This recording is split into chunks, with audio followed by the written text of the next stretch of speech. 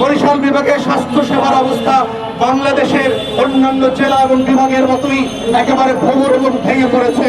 বরিশালের সদর হাসপাতাল, বরিশাল মেডিকেল কলেজ হাসপাতাল, বাবুগঞ্জ মুলাদি উপজেলা কমপ্লেক্স যেটা আমি ভিজিট করেছি, প্রত্যেকটা জায়গায় দেখলাম সাফিসিয়েন্টলি যে স্টাফ থাকার কথা সেটা নাই।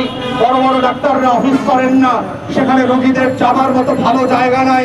রাশেদ খান মেনন ঠিক ওই এলাকাতে বাপের জমিদারি কায়েম করেছিল, কায়েম করে একটা চরের ভিতরে, যেখানে উপজেলার অধিকাংশ মানুষ নদী পার হয়ে ট্রলার দিয়ে রোগী নিয়ে যেতে পারে না, সেখানে একটা উপজেলা স্বাস্থ্য কমপ্লেক্স করেছে পরিত্যক্ত অবস্থায়। ওই ইউনিয়নের অর্ধেক মানুষও ওই এলাকার ওই চরের ভিতরের হাসপাতালে অ্যাক্সেস করতে পারে না। বাংলাদেশের ডেভেলপমেন্টের নামে গত দশকের পর দশক ধরে যে লুটপাট হয়েছে, বরিশালের সেই পাহাড় চরের উপজেলা স্বাস্থ্য কমপ্লেক্স হচ্ছে একটা ক্লাসিক্যাল এক্সাম্পল। এটার মধ্য দিয়ে প্রমাণ হয়েছে যে উন্নয়নের যে ন্যায্যতা থাকা দরকার ছিল, পুরো দেশ জুড়ে যেই সমতা কায়েম হওয়া দরকার ছিল সেটা নাই। বাংলাদেশে 1 লক্ষ টাকা কৃষি ঋণ নিয়েছে এমন লক্ষ লক্ষ কৃষককে বকেয়া ঋণ দিতে না পারার কারণে মামলা দিয়ে হেনস্থা করা হচ্ছে, জেলে নেওয়া হচ্ছে। কই সালনকে তো জেলে নিতে পারেন নাই, বাংলাদেশের বড় বড় লুম্পেন পুঁজিপতিদেরকে তো জেলে নিতে পারেন নাই। বাংলাদেশের গরিব কৃষককে 1 লক্ষ টাকা ঋণ না দেওয়ার কারণে জেলে নিয়ে কি প্রমাণ করছেন? বাংলাদেশে আইনের শাসন তৈরি হয়েছে, গরিবের সাথে আইন দেখান, গরিবের সাথে ন্যায্যতা দেখাতে হবে, গরিবের কৃষকের কৃষি ঋণ মওকুফ করতে হবে। তাই বাংলাদেশ বরিশাল থেকে শুরু করে সারা বাংলাদেশের কৃষকের ঋণ মওকুফ করতে হবে। এই বাস্তবতাকে ঘিরে বাংলাদেশের কৃষি অর্থনীতি যেন ভেঙে না পড়ে, কৃষককে জেলে নেওয়ার এই নাটক বন্ধ করেন। আপনারা দেখেছেন ভোলায় বাংলাদেশের অন্যতম বৃহৎ 3টা গ্যাস কেন্দ্র আবিষ্কৃত হয়েছে, কিন্তু বরিশালবাসীর দাবি হচ্ছে এই গ্যাসের কোনো ন্যায্য হিস্সা বরিশাল বিভাগের মানুষ পাচ্ছে না।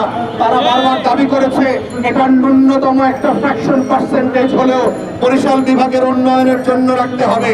আপনারা জানেন বাংলাদেশে সমুদ্র সীমা বিজয়ের যে নাটক করেছে হাসিনা সরকার, তারপর থেকে বঙ্গোপসাগরে 46টা গ্যাসের ব্লক তৈরি করা হয়েছে, কিন্তু সেটা বাপেক্সকো আমাদের যে জাতীয় প্রতিষ্ঠান আছে তাকে খনন করবার অনুমতি দেওয়া হচ্ছে না। কিন্তু পাশ থেকে আমরা দেখতে পাচ্ছি বঙ্গোপসাগর থেকে ভারত এবং মিয়ানমারের লোকরা এসে, সেখানকার কোম্পানি এসে আমার দেশের পাইপলাইন দিয়ে গ্যাস এবং তেল উত্তোলন করে নিয়ে যাচ্ছে।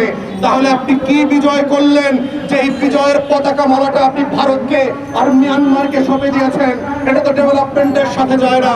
তাই আমরা অনবরত বিলম্বে দাবি করছি যে এই যে 46টা গ্যাসের ব্লক বঙ্গোপসাগরে আছে, সেখান থেকে ইমিডিয়েটলি বাপেক্সকে দায়িত্ব দিয়ে এক্সপ্লোরেশনের ব্যবস্থা করতে হবে। বাংলাদেশের অন্যতম ভিজিটিং জায়গা হচ্ছে কুয়াকাটা।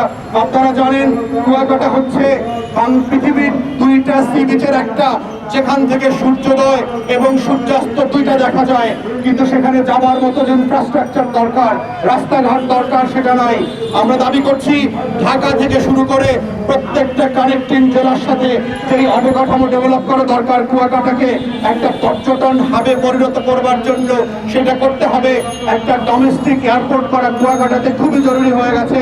একটা ছোট্ট এয়ারপোর্ট করলে কক্সবাজারের মতোই কুয়াকাটা বাংলাদেশের আর একটা অর্থনীতিকে সাপোর্ট দেওয়ার মতো একটা বেস তৈরি হবে। বঙ্গোপসাগরকে ঘিরে বাংলাদেশের পর্যটন শিল্প এবং মৎস্য শিল্পকে ডেভেলপ করার সুযোগ আছে, সেটা করা হচ্ছে না। বরিশাল বিভাগে আমরা গিয়ে দেখলাম, যেটা রংপুর বিভাগেও আমরা দেখেছি, বাংলাদেশে 1 লক্ষ টাকা কৃষি ঋণ নিয়েছে এমন লক্ষ লক্ষ কৃষককে বকেয়া ঋণ দিতে না পারার কারণে মামলা দিয়ে হেনস্থা করা হচ্ছে, জেলে নেওয়া হচ্ছে। কই সালনকে তো জেলে নিতে পারেন নাই, বাংলাদেশের বড় বড় লুম্পেন পুঁজিপতিদেরকে তো জেলে নিতে পারেন নাই। বাংলাদেশের গরিব কৃষককে 1 লক্ষ টাকা ঋণ না দেওয়ার কারণে জেলে নিয়ে কি প্রমাণ করছেন? বাংলাদেশে আইনের শাসন তৈরি হয়েছে, গরিবের সাথে আইন দেখান, গরিবের সাথে ন্যায্যতা দেখাতে হবে, গরিবের কৃষকের কৃষি ঋণ মওকুফ করতে হবে। তাই বাংলাদেশ বরিশাল থেকে শুরু করে সারা বাংলাদেশের কৃষকের ঋণ মওকুফ করতে হবে। এই বাস্তবতাকে ঘিরে বাংলাদেশের কৃষি অর্থনীতি যেন ভেঙে না পড়ে, কৃষককে জেলে নেওয়ার এই নাটক বন্ধ করেন। সুদে আসলে কৃষকের কৃষি ঋণ মওকুফ করেন, নতুন করে লক্ষ লক্ষ কৃষক কৃষক এবং বেকার যুবকদেরকে কর্মসংস্থানে ফিরিয়ে নিয়ে আসার জন্য যে ইন্টারেস্ট ফ্রি মাইক্রো ক্রেডিটের ব্যবস্থা করেন, আমাদের লক্ষ লক্ষ কোটি কোটি টাকা লুটপাটের যে টাকা ব্যবস্থা তৈরি হয়েছে, সেখান থেকে এই ঋণের মধ্য দিয়ে বরিশাল বিভাগ সহ সারা বাংলাদেশের বেকার যুবকদের কর্মসংস্থানের ব্যবস্থা করেন। এভাবেই বাংলাদেশের একটা বিভাগ যদি উন্নত হয়, অর্থনীতি ডেভেলপ করে, অর্থনৈতিক অঞ্চলের মধ্য দিয়ে কর্মসংস্থান তৈরি করা যায়, এটা বাংলাদেশের জাতীয় অর্থনীতিতে প্রচন্ড রকম প্রভাব ফেলবে। বরিশাল থেকে লক্ষ লক্ষ মানুষের ঢাকায় আসার প্রবণতা কমে যাবে, এটার মধ্য দিয়ে ঢাকা খালি হবে এবং এটাই হচ্ছে উন্নয়নের যে বিকেন্দ্রীকরণের কথা আমরা বারবার বলছি। সিঙ্গাপুরের কল্পনা বলে সিঙ্গাপুরের মতো বিকেন্দ্রীকরণের অর্থনীতি তৈরি করেন, কানাডার কল্পনা বলে কানাডার মতো বিকেন্দ্রীকরণের অর্থনীতি তৈরি করেন, মালয়েশিয়ার মতো সুইজারল্যান্ডের মিথ্যাচারের কল্পনা করে বাংলাদেশের অর্থনীতিকে বিকেন্দ্রীকরণ করেন। প্রত্যেকটা জেলা এবং বিভাগকে ন্যায্যতার ভিত্তিতে উন্নয়নের সাফল্য নিয়ে আসার সুযোগ দেন। এটাই হচ্ছে আজকের বরিশাল বিভাগের দায় দরদের রাজনীতির প্রত্যাশা। এই আশাবাদ ব্যক্ত করে অন্তর্বর্তীকালীন সরকারকে প্রত্যেকটা বিষয়ে অনতিবিলম্বে অবস্থান নেওয়া এবং দাবি করছি তারা যেন এই বাজেটে যেখানে যেখানে ন্যূনতম বাজেট দেওয়া উদ্যোগ নেওয়ার প্রয়োজন সেগুলো যেন করেন। এই বলে আমার বক্তব্য আজকে এখানে শেষ করছি। আপনাদেরকে অসংখ্য ধন্যবাদ। আসসালামু আলাইকুম।